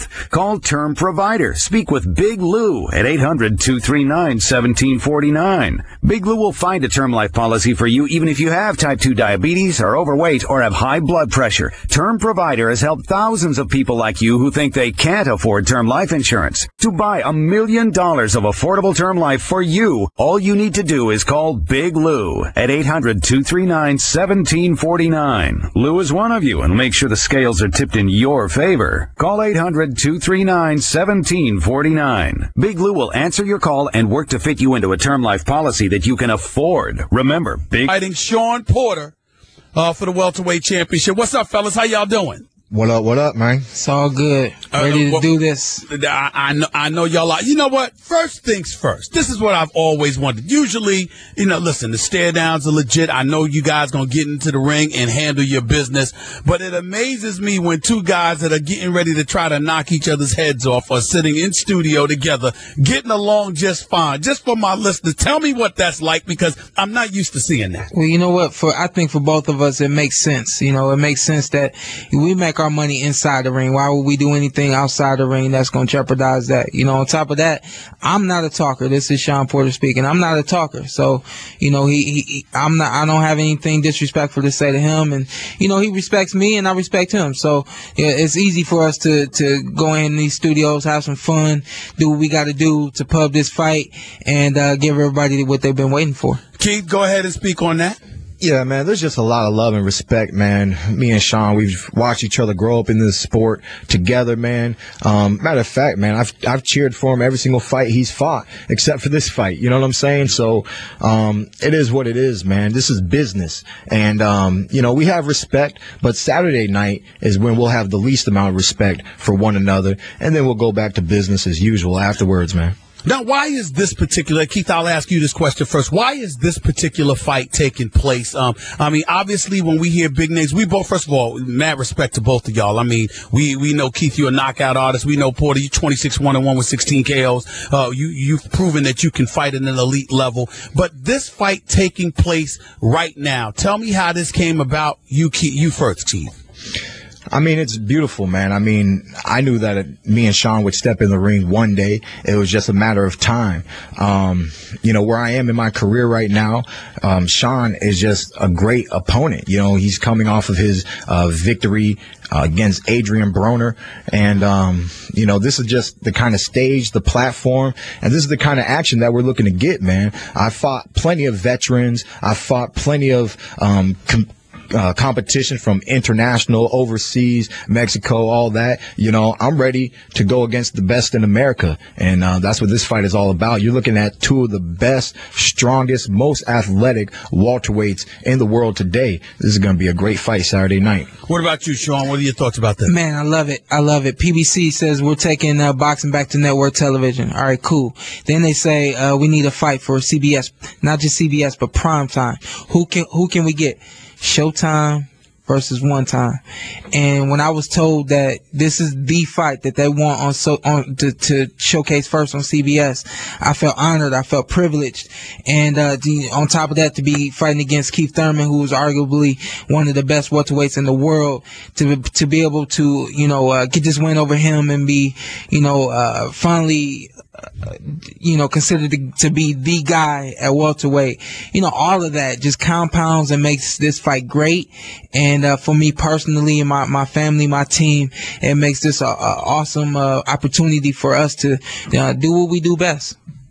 Keith Thurman, Sean Porter together with Stephen A. Smith right here on Sirius XM Mad Dog Sports Radio. Let me get to this point. Both of you are welterweights. Obviously, both of you are big time at what you do right now. But every time somebody's talked about the welterweight division, we've heard two names. We've heard Manny Pacquiao. We've heard Floyd Money Mayweather. How has that affected you guys on the come up over the last few years, starving for your opportunity at the big time, knowing you had the skills to be here in this position, but basically going, I wouldn't say relatively unnoticed because everybody notices y'all. It's just that anybody has seemed to have been forced to take a back seat to those two names in the welterweight division. Talk to me about that. Keith, you first.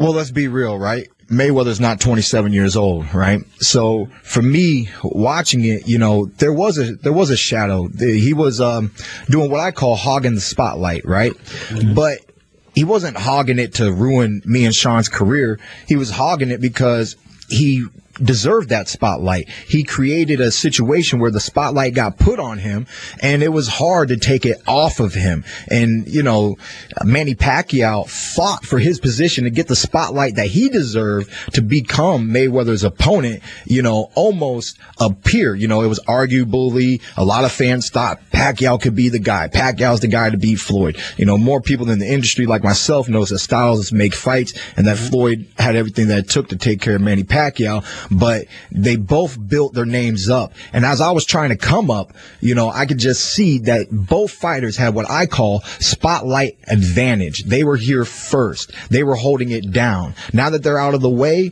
it's our job to hold it down. And we're obviously at the top. We deserve this position. I am the WBA welterweight champion of the world.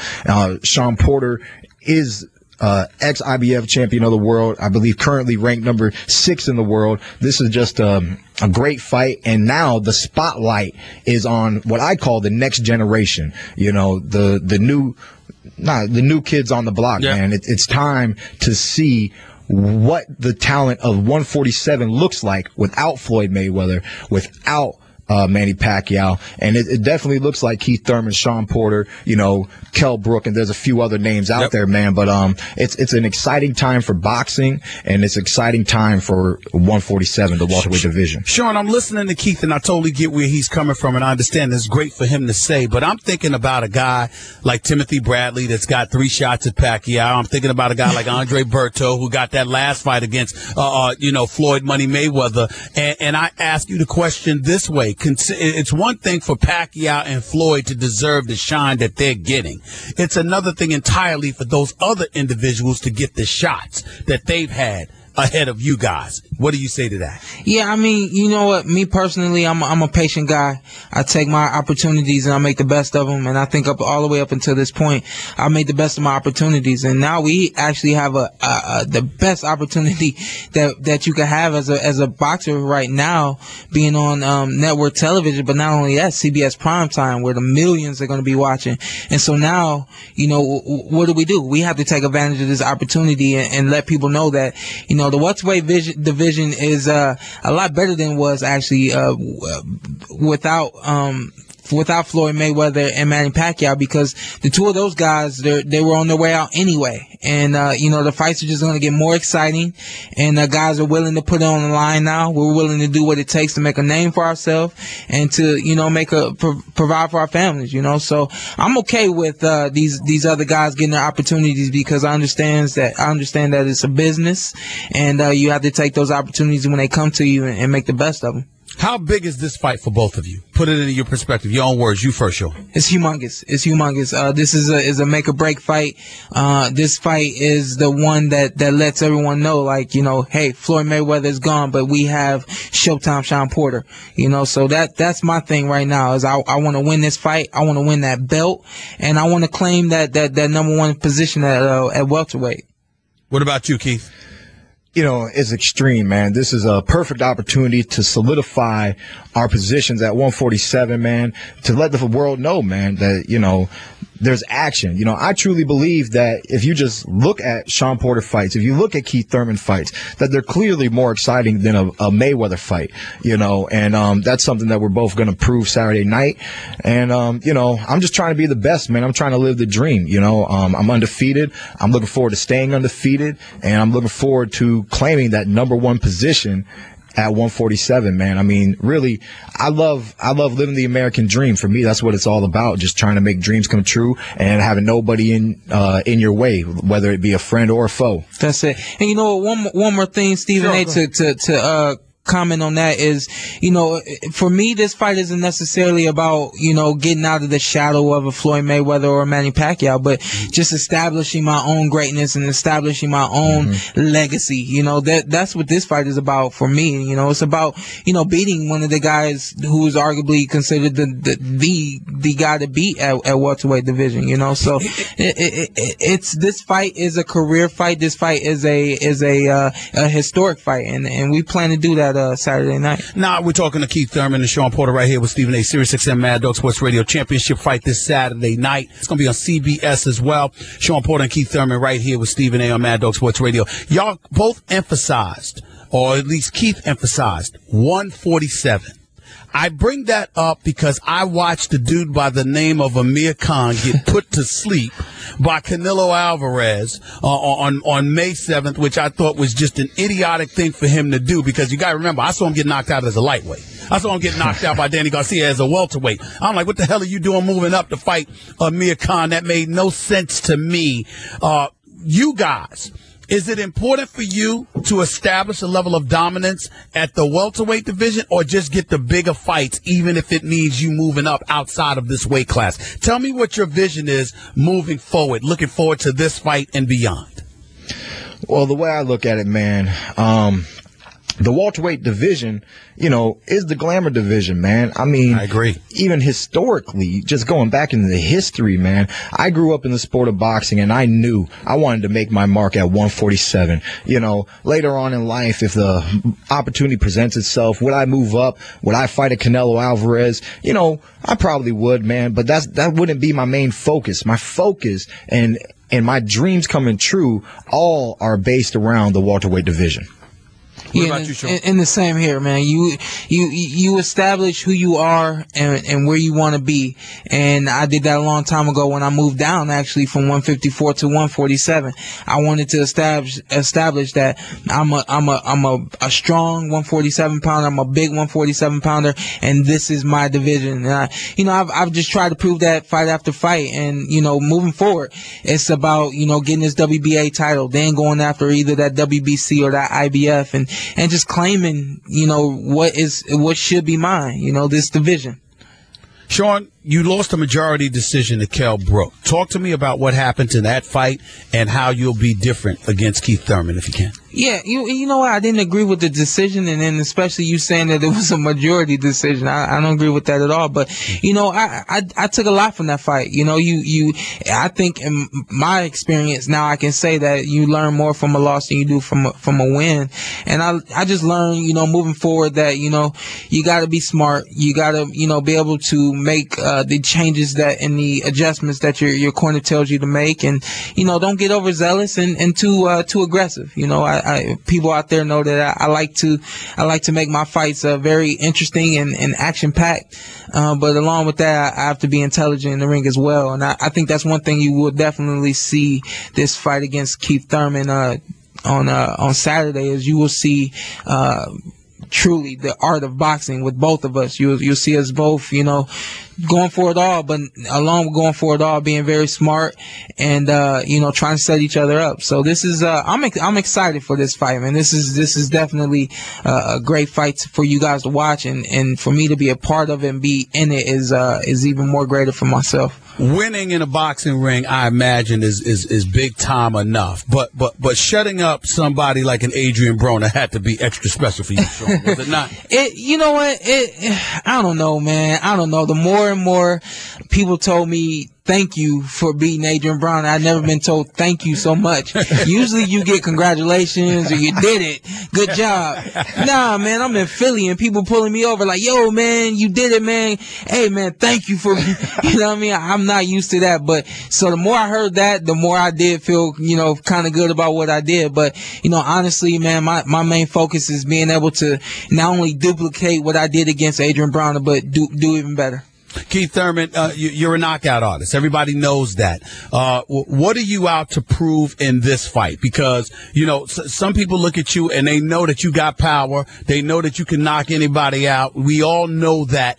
We saw you win a decision over the Ghost Robert Guerrero. You were pretty dominant in that fight. It was very impressive on your part. Mm-hmm. But when you step into the ring in this day and age, what are you trying to prove more than anything else? Is it just about the victory? Is it looking for the knockout? Is it trying to show everybody that you could box as well? What's your agenda?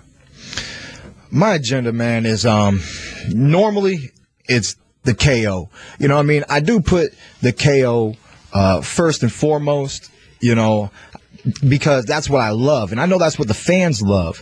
But depending on how the fight goes, I'm willing to let the KO aside for victory. Victory is just as important as much as I want that KO. It's the pride within me that wants the KO, but I know that victory is the goal at the end of the day. Every single time you step up to the plate, you know what I mean? You want to hit that ball, man. You want to do your job and you want to do it right. Another thing for me, man, in this day and age, for myself and my career, man, I look at myself as an evolving fighter. So for me, I just really hope that the fans, that they see, man, look at Keith, man. I remember when he first hit the scene, look at how he's developed, look how he tightened up here, how he tightened up there, and just, his abilities as an athlete. Yes, he has the power. He has, but he has the movement too. I really enjoy being a little bit more of a boxer puncher. I can do what I want when I want, and I plan on demonstrating that Saturday night as well. There's 5 guys I watch out for in the welterweight division. You 2 guys, I like Danny Garcia a lot. Kell Brooks, obviously, is somebody to be reckoned with. And this kid, Errol Spence Jr., doesn't look like he's a joke at all. He's 20-0. So good luck with y'all fight this Saturday night. Put forth your best effort. Proud of both of y'all. And I'm looking forward to talking to both of y'all down the road and a few of the other competitors within the welterweight division, because I got a feeling both of y'all are going to be around for quite a long time. Thanks a lot, fellas. All the best to you. Thanks a lot, man. Thanks for having us. That's Keith Thurman, Sean Porter. right here with Stephen A. Sirius XM Mad Dog Sports Radio, fighting for the welterweight championship of the world. Saturday night, June 25th, live from the Barclays Center in Brooklyn, New York. Can't wait to see that. Y'all make sure y'all don't miss it. I'll be talking about it. I can promise you that. It's Stephen A. It's Sirius XM. It's Mad Dog Sports Radio, Channel 82. Mad Dog Sports Radio. Sports Fight. Downtown streets jammed in Cleveland for the Cavaliers victory parade. Picture was tweeted of a downtown parking area charging $80 to park. Lot appeared full. Game 7 will not be the last in a Cavaliers uniform for LeBron James. He told ESPN this morning, "I love it here in Cleveland. I have no intention of leaving." He added there are some technicalities to take care of, which he'll leave to his agent. LeBron also said that's straight from the horse's mouth. While the Sixers informed Ben Simmons he'll be their first overall pick in the draft, ESPN reports the Lakers with the second selection will tab Brandon Ingram. Dirk Nowitzki will opt out of his contract and become a free agent. Yahoo Sports says Dwight Howard will opt out of his contract and Manu Ginobili will opt out of his deal. Luke Walton opted in to the Lakers head coaching position, reflecting on the NBA final and the knee injury to Golden State Steph Curry. His knee was obviously hurting him, but Steph never complains about it.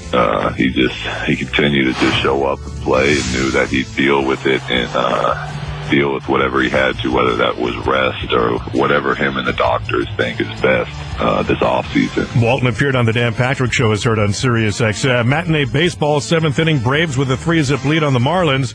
Chase Headley, a grand slam. Yanks 4, Colorado 2. They're playing the third. Also from the third, Mets and Royals are scoreless.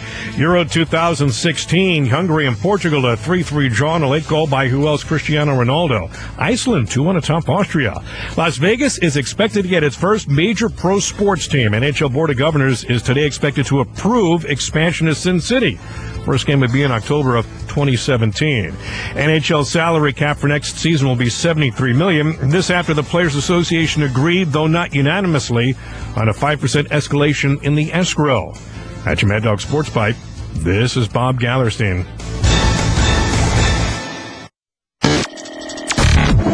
This is the Stephen A. Smith Show on Mad Dog Sports Radio.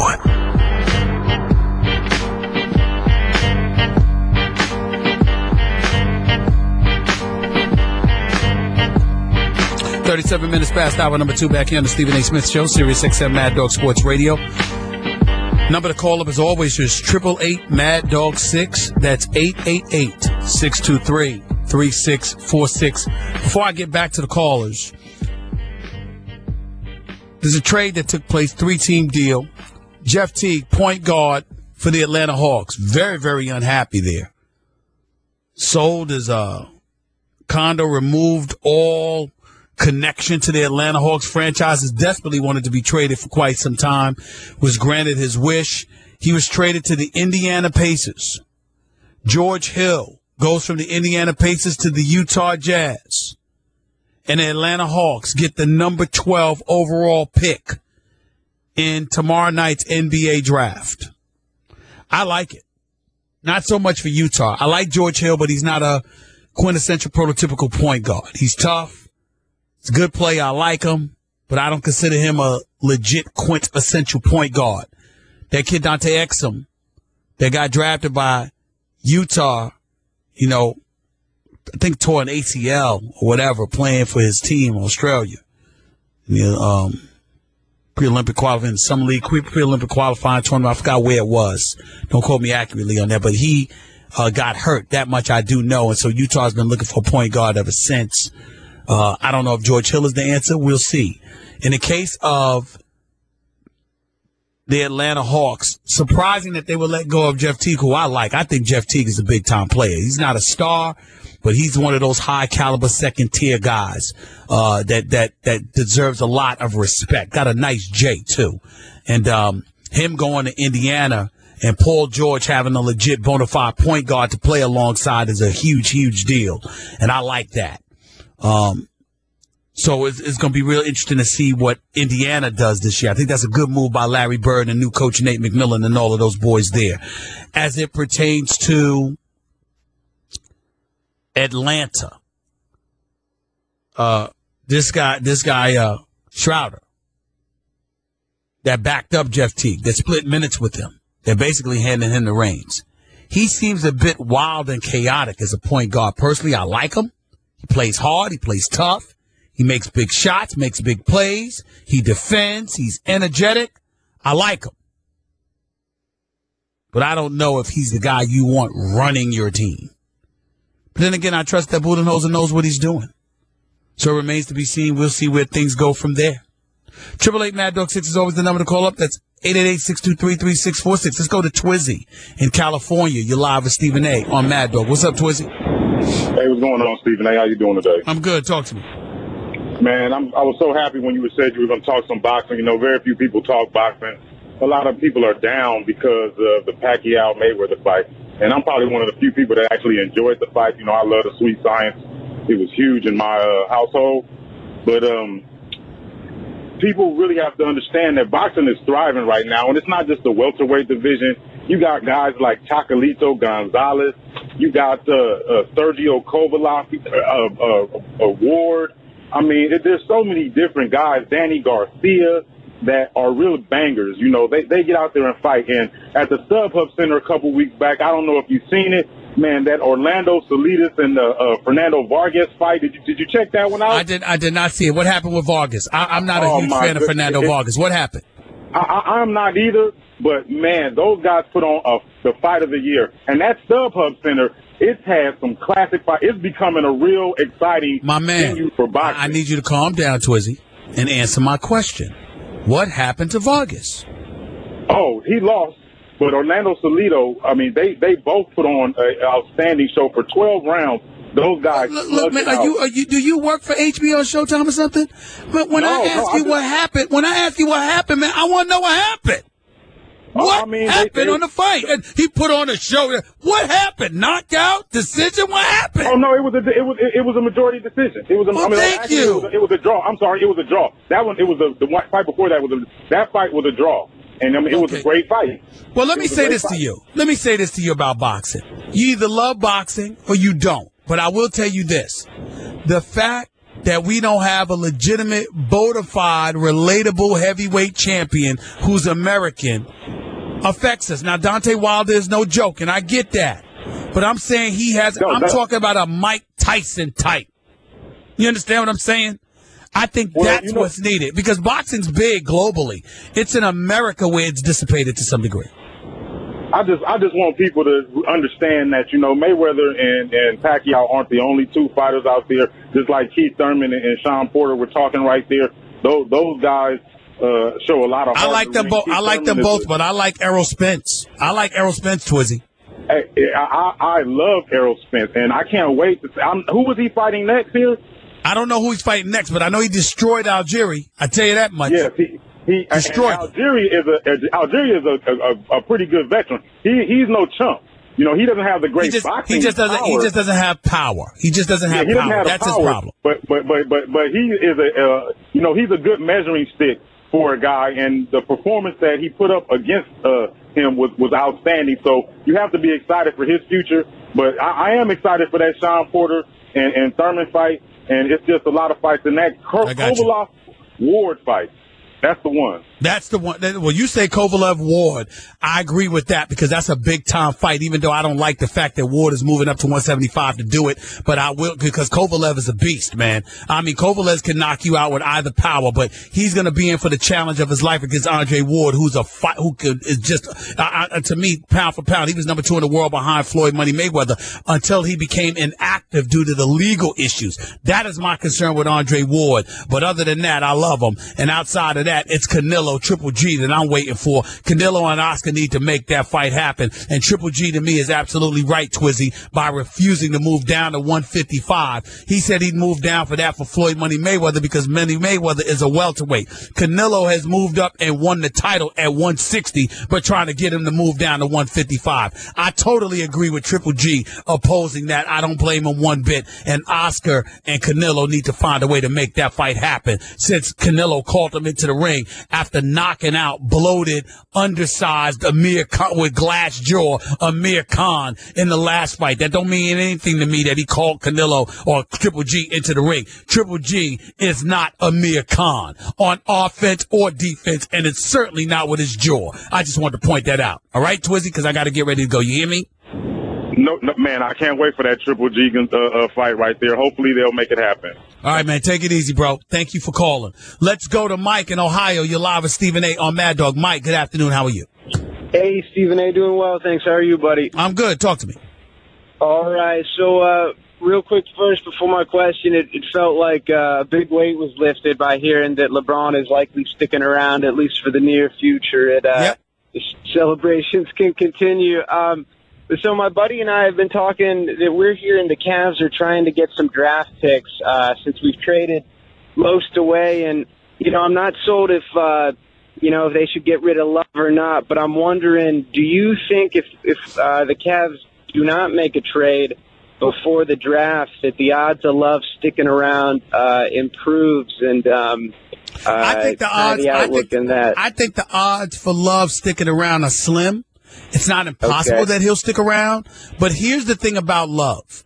I'm not going to knock Love like everybody. I thought Love played strong in Game 7. 14 rebounds, banging down low. He played like a man. And that's all they needed from him. Love is not a scrub. The problem Love is having is I thought he was a little bit the moment was a little bit too big for him in terms of offense, but in every other way, and his defense was underrated. He's not getting enough credit for that. He's not getting enough credit for his rebounding in that Game 7. But more importantly than that, I think the biggest adjustment for Love is being that third option. That's a struggle for him. Whereas for, to go somewhere else, I think that Love either needs to come off the bench and be on the court with LeBron or not Kyrie, or he needs to go someplace else where he's a top 2 offensive option, which is probably going to be Boston or Phoenix. I think those are the alternatives for Kevin Love. Outside of that, I think it's a struggle for him to stay. That sounds reasonable, and I agree with that. I think him in the second unit would be a good play. But we'll see. Thanks, Stephen A., and have a nice rest of the day. Take care, man. Thank you for the call. Let's go to Hayden in Georgia. You're live with Stephen A. on Mad Dog. Hayden, how are you? Good. How are you, Stephen A.? Talk to me. I know you're a Knicks fan. No. And I just want to, do you know if they're going to do anything? Like maybe get Al Horford or Dwayne Wade maybe? Well, do you see him do anything? First of all, they don't need Al Horford. That's not their problem.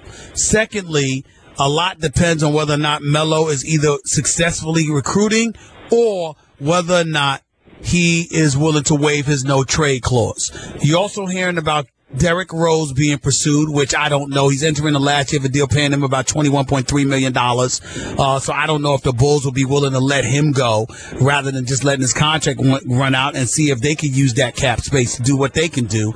And then last but not least, it depends with Miami and Dwayne Wade. If Miami doesn't come up with a way to pay Dwayne Wade, I think Dwayne Wade would leave. But I don't think he'd do it to come to New York to play with Melo. I think that he'd try to facilitate something to go to Cleveland, especially if JR gets picked up by somebody else now that he's going to opt out of his contract and he'll be a free agent. And I got one more question for you. Go ahead. Do you think this is Phil Jackson's last year with the Knicks? Jeannie Buss and Phil Jackson swear that's not true. I'm not sure I believe them. If we go through another year in New York like this, I don't know if Phil Jackson's going to be welcomed in the city personally. That's just me. 888 Mad Dog 6 is the number to call up. That's 888-623-3646. This Friday, live and free on Spike TV, Dynamite 2, a combat sports event like no other, with an MMA cage and a kickboxing ring side by side. It's a totally stacked card from top to bottom, featuring some of the biggest names in MMA and kickboxing. Witness the return of MMA icon Rampage Jackson as he steps back into the Bellator cage to battle Olympic judo gold medalist Satoshi Ishii, and the Bellator debut of heavyweight superstar and ex-NFL player Matt Mitrione. Plus, the lightweight titles is on the line when former champ Michael Chandler faces Brazilian knockout machine Patrick Pitbull. These two have met before, with Chandler coming out on top, but Pitbull is on a tear, coming off 2 straight wins, including a vicious KO of Ryan Couture. All that MMA action, plus some of the best kickboxers on the planet, including Kevin Ross, Kiri Melendez, and Joe Schilling. Schilling looks to avenge his recent KO loss to the hard-hitting Hasaki Kato, this time on his turf, the kickboxing ring. Bellator Dynamite presented by Miller Lite, live Friday at 8 p.m. Eastern, 7 p.m. Central, only on Spike TV. Your calls to close out the show in a minute with Stephen A. on Mad Dog. It's Sign On Sports with Adam Sign. Rough night for the haters. I mean, what are you guys going to do with yourself? Can't rip LeBron. You can't wonder about him in a big spot. You really can't tell me about wins and losses in the NBA Finals. I kind of feel bad for the haters. You need to do scripts. You need to do something else. Get a hobby, collect stamps, baseball cards. You're done hating LeBron James. Sign On Sports. Weekdays from 10 a.m. to 1 p.m. Eastern. A couple of minutes or so. So your phone calls are going to be very quick. Make your points real quick, and then I got to go. Don't expect a follow-up. I got to run. Donna in Florida, you're live with Stephen A. on Mad Dog. Donna, good afternoon. Thank you for calling.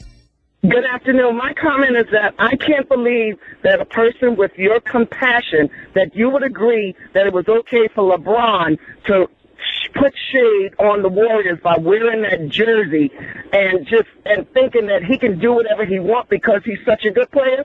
That is just so wrong for us as people and so wrong for the NBA. Donna, hold on. Donna, he just beat them in the NBA Finals. It doesn't mean he beat them. Okay, he beat them. Why throw shade on him? But wait a minute, Donna. He wore a T-shirt calling himself the Ultimate Warrior. That has you that upset? That's it? Yeah. That's it? Oh, he can do anything he wants to do? No, he can't. He's not God, no. I got a problem with that. You agree with that? I do agree with that, Donna. I'm sorry. But you can call me back tomorrow and get on me a little bit more about it because you don't have so much time to do that, and I'll give you that opportunity. But, Donna, I don't find a problem with it. I really don't. He beat him. And by the way, Steph Curry walked into his locker room January 18th, months after winning the championship, talking about how he still smelled the champagne in the locker room. Was that right? It's competition. And I don't mean literally you can do anything you want. But wearing a T-shirt that said the Ultimate Warrior about it, Donna, that's not a reason to get that upset about it. I respectfully disagree. Q in Ohio, you're live with Stephen A. Real quick, Q, go. Moses in Atlanta, you're live with Stephen A. Go ahead, Moses. We had talked a while ago. This is the Hawk trade. They're either going to take that 12 and package it and get something or find something on the 12. But the Hawks, finals. The Atlanta Hawks going to the finals? Yes, sir. Moses, you're banned from calling this show for a week. Trey in Texas, you're live with Stephen A. on Mad Dog. What's up, Trey? Hey, Stephen A., big-time fan. Thank you. I had one quick question. I'd also like to shout out. All right. No shout-outs. Hurry up. Go. Yes, sir. If you were Dirk's manager and the Dallas deal didn't come through for you, where would you want him to go? Where's the best market for him? Well, if I'm Dirk Nowitzki, I want to compete for a championship. So I'd want to be in Cleveland or I'd want to be in Golden State or San Antonio. One of the three. But even though you can't go from the Dallas Mavericks to the San Antonio Spurs, they'll never forgive you. I mean, that's an interstate rivalry. I mean, you can't do that. So I wouldn't condone him doing that. But I would tell you that, I would say Golden State or Cleveland. If I'm Dirk Nowitzki, I'm chasing the title at this stage and point in my career. He's done everything else. He's a champion, and he's going to the Hall of Fame. So to me, there's only one thing left for him to do if he's going to still play, and that's chase the ring. Got to get on out of here. Didn't bring up the Dallas Cowboys for a reason. Joseph Randle in trouble with the law again, but we'll talk about that later on. Mad Dog Russo's up next. IGN Esports Today with Kevin Nucky. Professional Street Fighter gamer